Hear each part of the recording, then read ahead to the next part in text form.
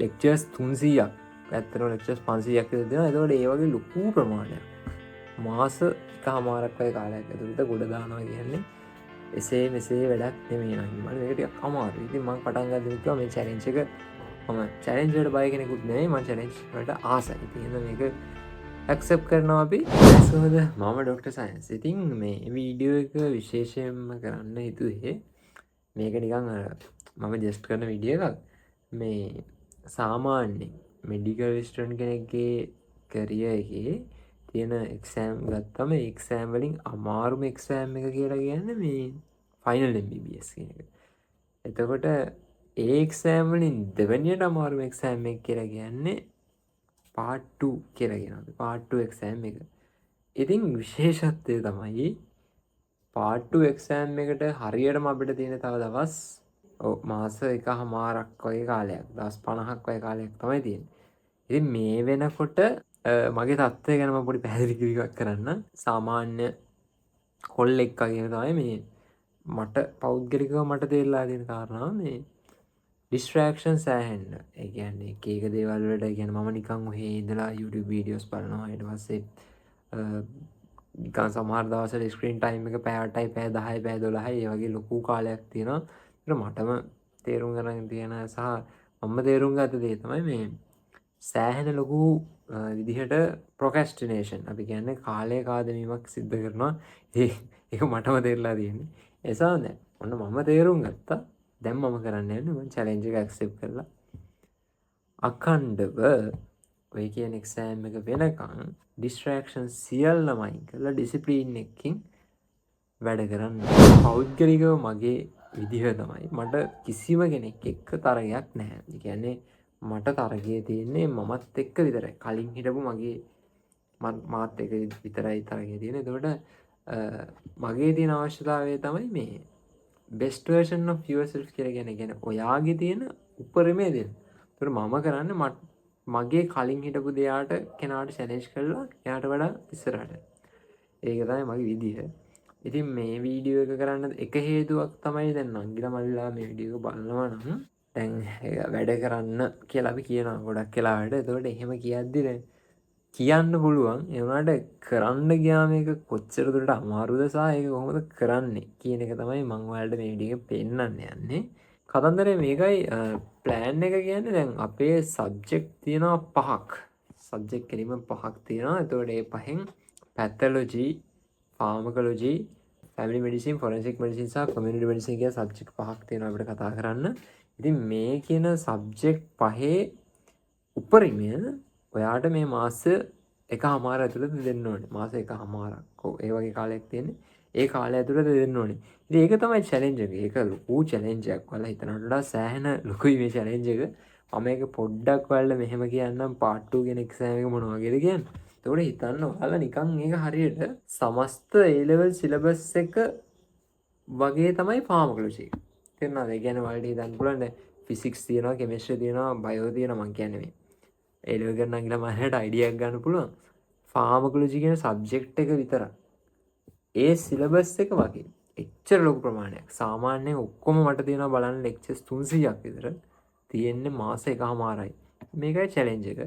මම සාමාන්‍ය චැලෙන්ජ් එකට ආස කෙනෙක්. ඉතින් හින්දා මගේ වයිබ් එකට ඉන්න කැමති කෙනෙක් ඉන්නා නම් මගේ වයිබ් එක සෙට් වෙන කෙනෙක් ඉන්නා නම් ඉතින් චැලෙන්ජ් එකට කවදාවත් නගින මල්ලා බය වෙන්න බා. මම මේ චැලෙන්ජ් එක අනිවාර්යෙන් ගන්නවා. ඉස්සරහට වෙන්නේ මොකද්ද කියලා අපිට ප්‍රෙඩික්ට් කරන්න බෑ. හැබැයි අපි බලමු මොකද කරන්න පුළුවන් කියලා. ඉතින් නංගි මල්ලි මම මේ සීරියස් එක කරන්න හිතුවේ එකක් තමයි දැන් මගේ ප්‍රොක්‍රස්ටිනේෂන් එක නැති කරගන්නත් ඕනේ.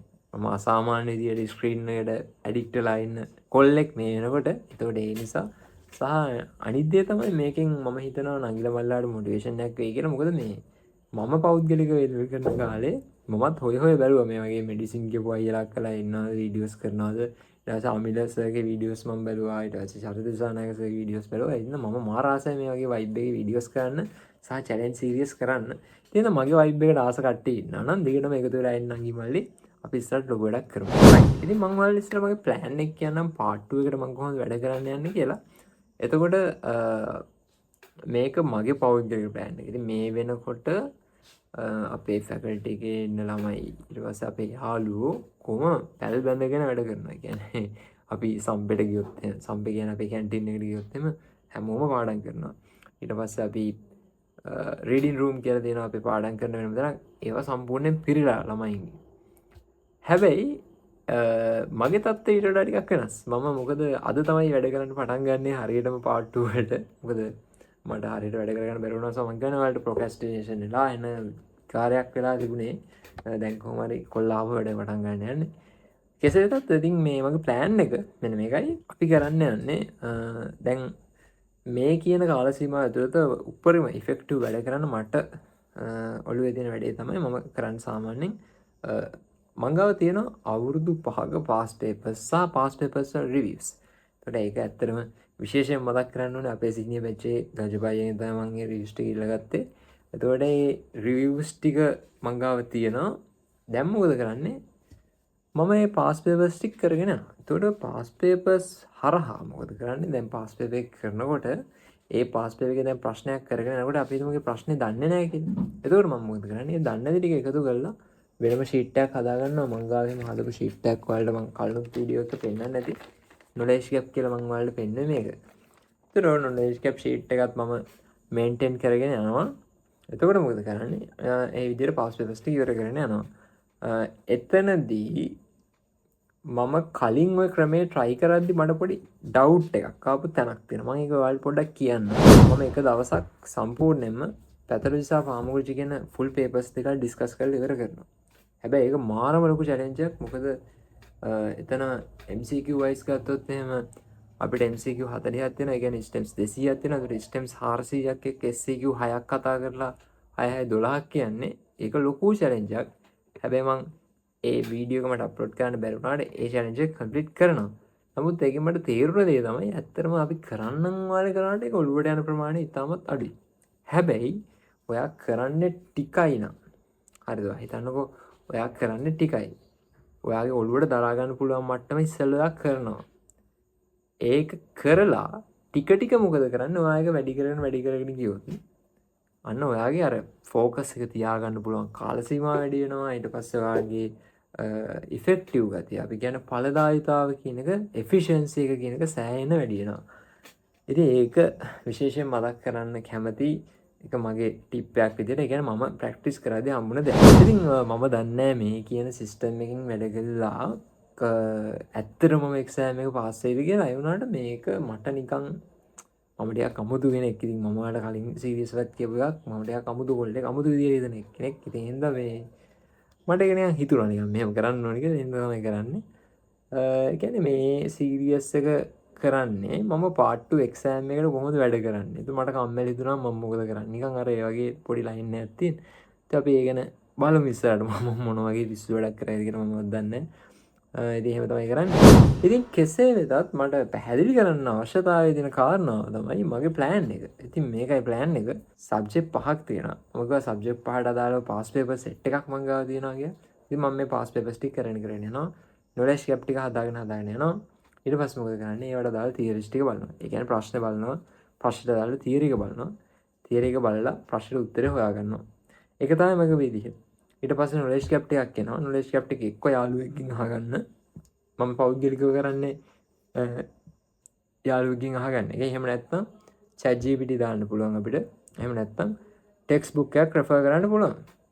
ඉතින් ඔක තමයි කතන්දරේ. ටිකක් අමාරු challenge එකක්. මොකද මම ඔයාලට කිව්වා වගේම මොකද lectures 300ක් ඇත්තටම lectures 500ක් විතර දෙනවා. ඒතකොට ඒ වගේ ලොකු ප්‍රමාණයක් මාස එකමාරක් වගේ කාලයක් ඇතුළත ගොඩ දානවා කියන්නේ එසේ මෙසේ වැඩක් නෙමෙයි නංගි. මම මේක ටිකක් අමාරුයි. ඉතින් මම පටන් ගත්තම කිව්වා මේ challenge එක මම challenge වලට බය කෙනෙකුත් නෙමෙයි. මම challenge වලට ආසයි. ඉතින් එහෙනම් මේක accept කරනවා අපි.